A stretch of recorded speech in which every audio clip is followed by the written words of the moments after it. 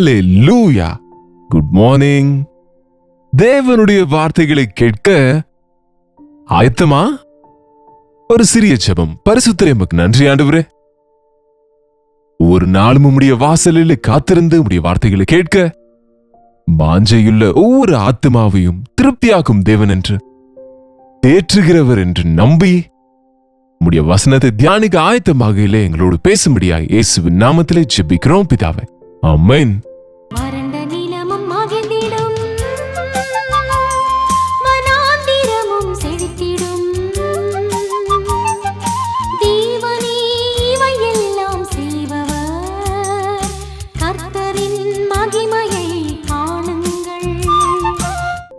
தேவனுக்கு ஸ்தோத்திரம். எப்படி இருக்கிறீங்க? கடந்திரவு நிம்மதியா தூங்குனீங்களா? எழுந்து தேவ சமூகத்திலே ஜெபித்தீங்களா? தேசத்துல என்ன நடக்குதோ, உலகத்துல என்ன நடந்து கொண்டிருக்கிறதோ, கிறிஸ்தவ உலகத்துல என்ன நடக்கிறதோ, தேவனுடைய ஆலயங்களிலே இன்றைக்கு சூழ்நிலைகள் எப்படி இருக்கிறது என்று நாம உணர்ந்து கொண்டால் சந்தோஷப்பட வேண்டிய விஷயங்கள் ரொம்ப குறைவு, ரொம்ப அரிதா இருக்கிறது. நம்மை சுற்றி நடக்கிற விபரீதமான சூழ்நிலைகளை நம்ம கவனிக்கும் போது, மிக முக்கியமா தேவ பிள்ளைகள் என்பவர்களுடைய நிலையை பார்க்கும்போது இன்னும் அதிகமா நாம கண்ணீர் சிந்த வேண்டும். அந்த மனது இன்றைக்கு காணப்படுவதே இல்லைங்க. நான் நல்லா இருக்கிறேன் என்கிற திருப்தி தானே தவிர, என்னை சுற்றி இருக்கிறவர்களை குறித்த பாரம் எனக்கு இருக்கிறது. என்னுடைய உடன் சகோதரனுக்காக நான் ஜெபிக்க வேண்டும். என்னுடைய தேசத்தாருக்காக நான் விண்ணப்பம் செய்ய வேண்டும். நம்முடைய ரத்தத்தை கொடுத்து வாங்கிய ஜனங்களுக்காக நான் கர்த்தருடைய சமூகத்தில் விண்ணப்பிக்க வேண்டும் என்கிற ஆசை இல்லாதிருப்பது ரொம்ப வேதனையான விஷயங்க. 119வது சங்கீதம் 136ஆம் வசனத்தை வாசித்தால், உம்முடைய வேதத்தை மனுஷர் காத்து நடவாதபடியால் ஜனங்கள் உம்முடைய வேதத்தை, உம்முடைய நியாயப்பிரமாணத்தை பின்பற்றாமல் இருப்பதினால் வசனத்தின்படியாக வாழாமல் இருப்பதை பார்க்கும்போது, உம்முடைய ஜனங்கள் உம்முடைய வார்த்தைகளையே கேளாமல் இருப்பதை பார்க்கும்போது, உம்முடைய நாமத்தை தரித்திருக்கிறவர்கள் உம்முடைய சித்தத்தின்படியாக வாழாதிருப்பதை பார்க்கும்போது, உம்முடைய ஜனங்கள் உம்முடைய வேதத்தை காத்து நடவாதபடியால் என் கண்களிலிருந்து நீர்த்தாரைகள் ஓடுகிறது என்கின்றார் பக்தனாகிய தாவீது. யாரோ தவறு செய்தால் நான் ஏன் ஆள வேண்டும்? அப்படித்தான் நாம நினைக்கிறோம்ல. யாரோ தவறு செய்தால் நான் ஏன் சிலுவையில் ஏற வேண்டும் என்று ஆண்டவர் நினைத்திருந்தால் இன்றைக்கு இன்னும் நம்முடைய பாவங்களிலே நாம இருந்திருப்போம். நமக்கு முன்பு இருந்தவர்கள் இன்னும் நரகத்தில் எரிந்து கஷ்டப்பட்டு கொண்டு இருந்திருப்பாங்க. நமக்காக நம்முடைய ஆண்டவர் கண்ணீர் சிந்தினார், விண்ணப்பம் செய்தாருங்க. ஆத்துமாக்களின் பாரமுடைய நபர் அழிந்து போகிற ஆத்துமாக்களுக்காக கண்ணீரின் ஜெபத்தையும் விண்ணப்பத்தின் ஜெபத்தையும் செய்வார். நம்மை சுற்றி இருக்கிற ஜனங்கள் அழிவை நோக்கி ஓடும்போது நீங்க உட்கார்ந்து புசித்து குடித்து மகிழ்ந்து கொண்டு இருந்தால் நீங்க தேவனுடைய பிள்ளை இல்லையோ என்னமோ, உங்களுக்கு கிறிஸ்து இயேசுவுக்குள்ளான மனது இல்லையோ என்னமோ. தேவனுடைய வார்த்தைகளை கேட்காத ஜனங்களை பார்க்கும்போது தாவீதினுடைய கண்களில் நீர் தாரையாய் ஓடுகிறதாம். தேவ சமூகத்தில் கதறுகின்றார். ஆம், அன்று நெகேமியா தேவனின் ஜனங்கள் உபத்திரவப்படுகிறார்கள். எருசலேம் பட்டணம் எரிக்கப்பட்டது, இடிக்கப்பட்டது என்ற வார்த்தை கேட்டபோது உட்கார்ந்து அழுது தேவ சமூகத்தில் மன்றாடினாருங்க. இன்றைக்கு இப்படிப்பட்ட விண்ணப்பம் செய்கிறவர்களாய் நாம இருக்க வேண்டாமா? இந்த கடைசி காலத்துல ரொம்ப விபரீதமாய் பாவம் அதிகரிக்கையிலே மனுஷர்கள் சாத்தானின் வலையில சிக்கி மயக்கத்தில் இருக்கும்போது அப்படிப்பட்டவர்களுக்காக விண்ணப்பம் செய்ய வேண்டிய, கண்ணீரோடு ஜெபிக்க வேண்டிய அவசியம் நமக்கு எவ்வளவோ இருக்கிறது. வசனத்தின்படியாக என்னுடைய வார்த்தைகளை கேட்டால் பிழைப்பீர்கள், இல்லாவிட்டால் பட்டயத்துக்கு இரையாவீர்கள் என்று ஆண்டவர் சொன்னாரா இல்லையா? என்னுடைய வார்த்தைகள் கேட்டால் இந்த ஆசீர்வாதங்கள் எல்லாம் உங்கள் மீது வரும். என் வார்த்தைகளை கேட்காவிட்டால் இந்த சாபங்கள் எல்லாம் உங்களுக்கு வரும் என்று உபாகமத்தின் 28ஆம் அதிகாரத்தில் ஆண்டவர் எத்தனை விஷயங்களை சொல்லி இருக்கிறார் பாருங்க. மனிதர்கள் தேவனுடைய வார்த்தையை கேட்கிறேன், வாசிக்கிறேன் என்கிறாங்க. ஆனால் அந்த வார்த்தையின்படியாக நடந்து கொள்கிறதில்லை. தேவனுடைய வசனத்தை பின்பற்றுவது இல்லை. அதை பார்க்கும்போது தாவீதின் கண்ணீர் அது நீர் தாரைகளாக ஓடுகிறதாம். கண்ணீரின் தீர்க்கதரிசி, அதாவது புலம்பலின் தீர்க்கதரிசி என்று அழைக்கப்பட்ட எரேமியா என்ன சொல்கிறார் பாருங்க. எரேமியாவின் புஸ்தகம் 9ஆம் அதிகாரம் 1ஆம் வசனத்தில், என் தலை தண்ணீரும் என் கண்கள் கண்ணீர் ஊற்றுமானால் நலமாயிருக்கும். அப்பொழுது என் ஜனமாகிய குமாரத்தை கொலையுண்ண கொடுத்தவர்கள் நிமித்தம் நான் இரவும் பகலும் அழுவேன். என்னுடைய ஜனங்களிலே கொலையுண்டவர்களை குறித்து தேவனுடைய ஜனங்கள் தேவனுடைய வார்த்தையை கேளாத போது அவங்க கொலை செய்யப்படுகிறார்கள், அவங்க மரித்து போகிறாங்க, அவர்கள் வியாதிக்குட்படுகிறார்கள், அவங்க சபிக்கப்பட்டவர்களாகிறார்கள், அவர்கள் திக்கற்று போகிறார்கள், அவர்கள் எல்லாவற்றையும் இழந்து புலம்புகிற நிலையில் இருக்கிறார்கள். எவ்வளவு பேர் இப்பொழுது தேவனுடைய வார்த்தை கேளாதவர்கள், அவங்க இஷ்டத்தின்படியாக வாழ்ந்தவர்கள் பாவத்தில் சிக்கிக்கொண்டு பலவிதமான சோதனையில விழுந்து வியாதிகளோடு, கடனோடு, நோய்களோடு, பிரச்சனைகளோடு படாத பாடுபடுகிறாங்க.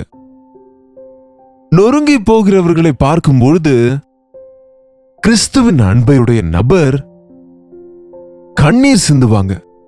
என்னுடைய ஜனங்களில் கொலையுண்டவர்களை குறித்து நான் இரவும் பகலும் கண்ணீர் சிந்திக் கொண்டிருப்பேன்.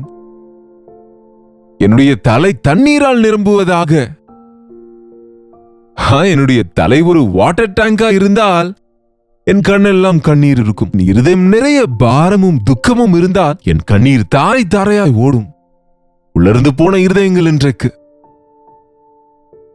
உலர்ந்து போன கண்கள், உடைந்து நொறுங்கிய இருதயம் இல்லாத நிலைமை, இருதயங்கள் கல்லாக மாறிய சூழ்நிலையில் இன்றைய கிறிஸ்தவர்கள் இருப்பது என்பது வேதனையான விஷயங்க. என்னுடைய ஜனங்கள், உம்முடைய ஜனங்கள், தேவனின் ஜனங்கள் கொலை செய்யப்படுகிறார்கள், சபிக்கப்பட்டிருக்கிறார்கள், அழிந்து கொண்டிருக்கிறார்கள். பிசாசு அவர்களை தூண்டில் போட்டு பிடித்து மகிழ்ந்து கொண்டிருக்கிறான், வலையை நிரப்பிக் கொண்டு. அவர்களுக்காக கண்ணீர் ஜெபம் செய்ய வேண்டிய கடமை நம்மீது இருக்கிறதுங்க. இயேசு ஆண்டவர் இந்த எருசலேம் மலையின் மீது உட்கார்ந்து எருசலேமை நோக்கி பார்த்து அழுது என்று இருக்கு வேதத்துல. அந்த பட்டணத்தை பார்த்து அழுதாருங்க. ஓ பட்டணமே, சியோனின் பட்டணமே, தேவனாலே நேசிக்கப்பட்ட பட்டணமே, ஆசீர்வதிக்கப்பட்ட பட்டணமே, வாக்குத்தத்த பட்டணமே, உன்னுடைய மீட்பர் உன்னிடத்திற்கு வந்தால் நீ அவரை ஏற்றுக்கொள்ளவில்லை. உன்னை நேசிக்கிற ஆண்டவர் உன்னை விடுவிக்க வந்தால் நீ எதிர்த்து நிற்கின்றாய். அவரை வெளியரங்கமாய் சிலுவையில் அறைய முயற்சிக்கிறாய் என்று. எருசலேமே, எருசலேமே, கோழி தன்னுடைய குஞ்சுகளை தன் சிறகுகளின் கீழே சேர்த்துக் கொள்ளும் மனமாக உங்களை நான் சேர்த்துக் கொள்ள மனதாயிருந்தேன், உங்களுக்கோ மனதில்லாமற் போயிற்று. உங்களை ஆபத்திலிருந்து தப்புவித்து உங்களை என் சிறகுகளின் கீழ் மறைக்க வேண்டும் என்று, தேவ கோபாக்கினையிலிருந்து உங்களை தப்புவிக்கும்படியாக என்னுடைய சிறகுகளின் கீழ் உங்களை பத்திரப்படுத்த வேண்டும் என்று எத்தனையோ முறை நான் உங்களை அழைத்தேன். ஒரு கோழி பாருங்க, ஒரு சத்தம் போட்ட உடனே எல்லா கோழி குஞ்சுகளும் அங்கிருந்து ஓடி தன்னுடைய தாயின் சிறகின் கீழ் மறைந்து கழுகினிடத்திலிருந்து தப்புவித்துக் கொள்ளும். கோபாக்கினிலிருந்து தப்புவிக்க ஆண்டவர் தம்முடைய ரத்தத்தை நமக்காக சிந்தி தம்முடைய கரங்களை நமக்காகவே நீட்டிக் கொண்டிருக்கிறார். அவர் மறைவிலே காக்க விரும்பிக் கொண்டிருந்தார். இன்றைக்கு மனுஷங்களுக்கு வர விருப்பம் இல்லைங்க. அதை பார்க்கும்போது எரேமியா, என்னுடைய கண்கள் கண்ணீர் ஊற்றானால் அது நலமாயிருக்கும். தேவனுடைய ஜனங்கள் அழிந்து போவதை பார்க்கின்ற போது பாருங்க, அவர் இரவும் பகலும் கண்ணீர் சிந்தி ஜெபிக்கின்றாருங்க. என் தலை தண்ணீர் மயமாகட்டும். அழிந்து போகிற நாள் வருகிறது, கல்லின் மீது கல் இராத நாட்கள் எருசலேமுக்கு வருகிறது என்று அறிந்த ஆண்டவர் அந்த பட்டணத்தை பார்த்து கண்ணீர் சிந்தினார். இன்றைக்கு ஆத்துமாக்களின் பாரம் நமக்கு இல்லை. நம்மை சுற்றி அழிந்து போகிறவர்களை குறித்த பாரம் நமக்கு இல்லை. நம்முடைய வீடுகளிலேயே ரட்சிப்பை பெறாத எத்தனையோ பேர் இருக்கிறாங்க. அவங்கள குறித்த பாரம் நமக்கு இல்லை. நான் மாத்திரம் ரட்சிக்கப்பட்டிருக்கிறேன் என்று சந்தோஷப்படுகிறாய் தவிர, உன்னுடைய வீட்டாரை நரகத்துக்கு அனுப்புவாயா? உனக்குரியவர்களை நித்திய அழிவுக்கு அனுப்புவாயா? உன் கண் முன்னே அவர்கள் அழிந்து கொண்டிருந்தால் பார்த்து கொண்டு சும்மா இருப்பாயா? இன்றைக்கு கண்ணீரின் ஜெபம் இல்லைங்க சபைகளிலே. விசுவாசிகள் முழங்கால் போட்டு ஜெபிக்கிறதே இல்லை. கண்களிலிருந்து மனஸ்தாபத்தோடு கூடிய விண்ணப்பத்தோடு கூடிய கண்ணீர் சிந்துவதே இல்லைங்க. கண்ணீரின் ஜெபம் ரொம்ப விலையேற பெற்றதுங்க. தேவ சமூகத்துல நம்ம கண்ணீரோடு மற்றவர்களை கடிந்து கொள்ளுவது இந்த கடைசி காலத்துல ரொம்ப முக்கியமானதுங்க. பரிசுத்தனாகிய பவுல் சொல்லுகிறாரு, பிலிப்பியருக்கு எழுதின நிருபம் 3வது அதிகாரம் 18ஆம் வசனத்தை வாசிக்கிறேன், கேளுங்க. பாருங்க, அநேகர் கிறிஸ்துவின் சிலுவைக்கு பகைஞராக இருக்கிறார்கள். யாருங்க இந்த அநேகர்? கிறிஸ்தவர்கள் கிறிஸ்துவுக்கு சிலுவைக்கு விரோதமா நடக்கிறார்கள். எக்ஸ் கிறிஸ்டியன்ஸ் என்பாங்க, பைபிள் எனக்கு தெரியும் என்பாங்க, பைபிள்ல தவறுகளை கண்டுபிடித்தோம் என்பாங்க, பைபிளை குறித்து விமர்சிப்பாங்க, ஆண்டவரை குறித்து கேலி செய்வார்கள். இயேசுவுக்காக ஊழியம் செய்கிறோம் என்று ஊழியக்காரர்கள் கிறிஸ்துவின் சாயலை அவர்களுக்குள் காட்டாமல் உலகத்துக்காகவே வாழ்கிறவர்களை பார்க்கும்போது பவுல் சொல்கிறார், இந்த கள்ள தீர்க்கதரிசிகளை, இந்த உலக சம்பந்தமான போதனையினால மனிதரை தவறான வழியில் நடத்துகிறவர்களை, தம் பக்கம் திருப்பிக் கொள்கிறவர்களை பார்க்கும்போது பவுல் சொல்கிறார், அநேகர் கிறிஸ்துவின் சிலுவைக்கு பகைஞராக இருக்கிறார்கள். இவர்களை குறித்து உங்களுக்கு அநேக தரம் சொன்னேன், இப்பொழுதும் கண்ணீரோடு சொல்லுகின்றேன். அப்பா, he was weeping for false prophets.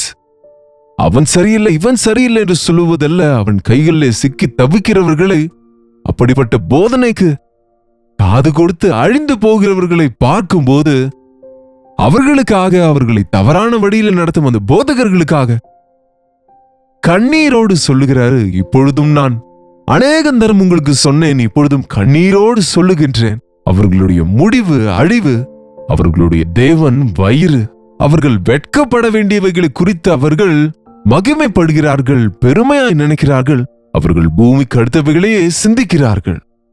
என்ன இந்த போதகர்கள், கள்ள போதகர்கள்? பூமிக்கு அடுத்த ஆசீர்வாதங்களையே பேசுகிறவர்கள். வெட்கப்பட வேண்டிய விஷயத்தை குறித்து பெருமைப்படுவார்கள். இப்படிப்பட்ட போதகர்களையும், இப்படிப்பட்ட போதனையும், இப்படிப்பட்ட போதனையை கேட்டு மோசம் போகிறவர்களை பார்க்கும்போது ஒரு உண்மையான தேவ மனிதனாக, வசனத்தை அறிந்த விசுவாசியாக, தேவனுடைய சித்தத்தை, அவருடைய திட்டங்களை, அவர் சுவிசேஷத்தின் கருத்தையும் உணர்ந்த ஒரு ஊழியனாக நீ உட்கார்ந்து எனக்கு என்ன என்று சொல்ல முடியாதுங்க. நம்ம அவர்களோடு வாக்குவாதம் செய்யவோ அவர்களை திருத்தவோ நம்மால் முடியாமல் இருக்கலாம். அப்படிப்பட்டவர்களுக்காக தேவ சமூகத்திலே கண்ணீரோடு விண்ணப்பம் செய்ய வேண்டும். ஒருவேளை அப்படிப்பட்டவர்களை கடிந்து கொள்ள வேண்டி வந்தால் கண்ணீரோடு அவர்களுக்கு புத்தி சொல்ல வேண்டியிருக்கிறது.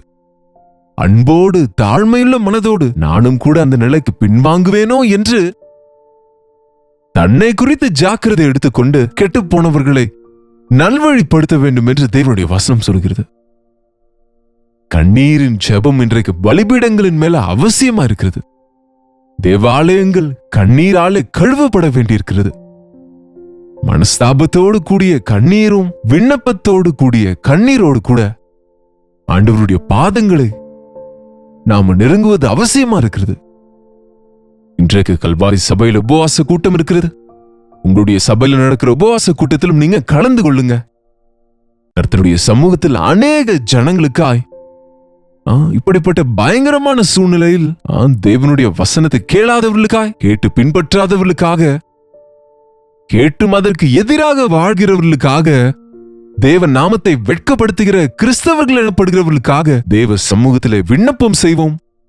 கண்ணீரின் ஜெபத்தை தேவன் கேட்டு தம்முடைய அற்புத காரியங்களை செய்வார். ஜெபிப்போம். பரிசுத்தரே, எமக்கு நன்றி ஆண்டவரே. தாவீதுக்கு கொடுத்த, எரேமியாவுக்கு தந்த, பவுலுக்கு தந்த அந்த கண்ணீரின் ஜெபத்தை எங்களுக்கும் தாங்கப்பா. எங்கள் பாவங்களுக்காகவே நாங்கள் மனசாபப்பட்டு கொண்டு நிறுத்தி விடாமல், எங்களை சுற்றி இருக்கிறவர்கள் நிலைமையை பார்க்கும்போது, எங்கள் அயலாரின் அழிவை நாங்கள் பார்க்கும்போது, இன்றைய கிறிஸ்தவர்களின் கொடிய நிலையை பார்க்கும்போது நாங்கள் கண்ணீரோடு எழுப்புதலுக்காக ஜெபிக்கிறவர்களாக, அவரான வழியில நடத்துகிற போதகர்கள் சபைகளுக்காக உடைய சமூகத்துல விண்ணப்பம் செய்கிறவர்களா இருக்க உதவி செய்யுங்கப்பா. இந்த நாளிலும் உபவாச ஜபத்திற்காக எங்களை ஆயத்தப்படுத்தும். ஆத்தும பாரத்தையும் பரிசுத்தத்திற்கான வாஞ்சையும் தேவ நிர்ணயங்களும் தேவ சித்தமும் நிறைவேற வேண்டும் என்கிற வாஞ்சையும் எங்களுக்கு தயவு செய்யுங்க. எங்களை சுற்றி அழிந்து போகிறவர்களுக்காக அன்றைக்கு நீர் கெத்செமனே தோட்டத்திலே மன்றாடியது போல கண்ணீரின் ஜெபத்தை எங்களுக்கு கற்றுக் கொடுக்கும்படி இயேசுவின் நாமத்திலே ஜெபிக்கிறோம் பிதாவே, ஆமென். நம்முடைய பிதாவாகிய தேவனுடைய அன்பும் குமாரனாகிய இயேசு கிறிஸ்துவின் கிருபையும் பரிசுத்த ஆவியானவருடைய அந்யோன்யமும் ஐக்கியமும் குடி வந்திருக்கிற நம் அனைவருக்கும் இப்பொழுதும் சதா காலமும் துணையாக இருப்பதாக, ஆமென். தேவனுக்கு ஸ்தோத்திரம். உங்களுடைய ஜெப விண்ணப்பங்களையும் பாரங்களையும் எங்களுக்கு நீங்க தெரியப்படுத்துவதற்கு 8939801234 நீங்க ஒரு டெக்ஸ்ட் மெசேஜ் அல்லது நீங்க ஒரு வாய்ஸ் மெசேஜ் வாட்ஸ்அப் அனுப்புங்க. பாருங்க, உங்களை சுற்றி இருக்கிறவங்க தேவனுக்கு விரோதமாய் நடக்கும்போது, தேவனுடைய வார்த்தையை கேளாதவங்க உங்க வீட்டில் இருக்கும்போது, தேவனுக்கு விரோதமாய் நடக்கிறவர்கள் இருக்கும்போது, எனக்கு என்ன இருக்கு என்ற வார்த்தையை விட்டு அப்படிப்பட்டவர்களுக்காக கண்ணீரோடு விண்ணப்ப ஜெபம் செய்வோம். அற்புதமாய் தேவன் தரும் பதில்களை பார்த்து அவர்களை கிறிஸ்துவுக்காக சம்பாதித்துக் கொள்வோம். இந்த தேவ செய்தி உங்களுக்கு ஆசீர்வாதமா இருந்தால் உங்களுடைய நண்பர்களுக்கும் உறவினர்களுக்கும் நீங்க ஷேர் பண்ணுங்க. கர்த்தருக்கு சித்தமானால் நாளைக்கும் இதே நேரத்தில் அனுதின தியானத்திலே உங்களை சந்திக்கிறேன். அது ஒரு கர்த்தருடைய கிருபை உங்களுக்கு துணையாக இருப்பதாக.